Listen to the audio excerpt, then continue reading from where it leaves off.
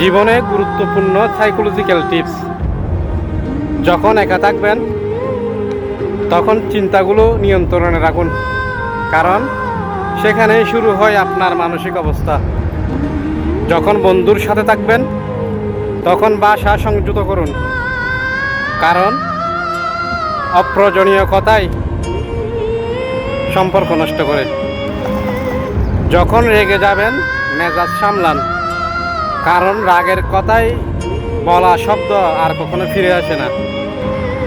যখন অনেক মানুষের সাথে থাকবেন আচরণে সংযত হন, কারণ আপনার আচরণে আপনার ব্যক্তিত্বের পরিচয়। যখন বিপদে পড়বেন নিজেকে স্থির রাখুন, কারণ আবেগে বেশি না গিয়ে সঠিক সিদ্ধান্ত নেওয়া জরুরি। যখন সাফল্য আসবে অহংকার নিয়ন্ত্রণে রাখুন, কারণ অহংকার মানুষকে নিচে নামিয়ে দেয়।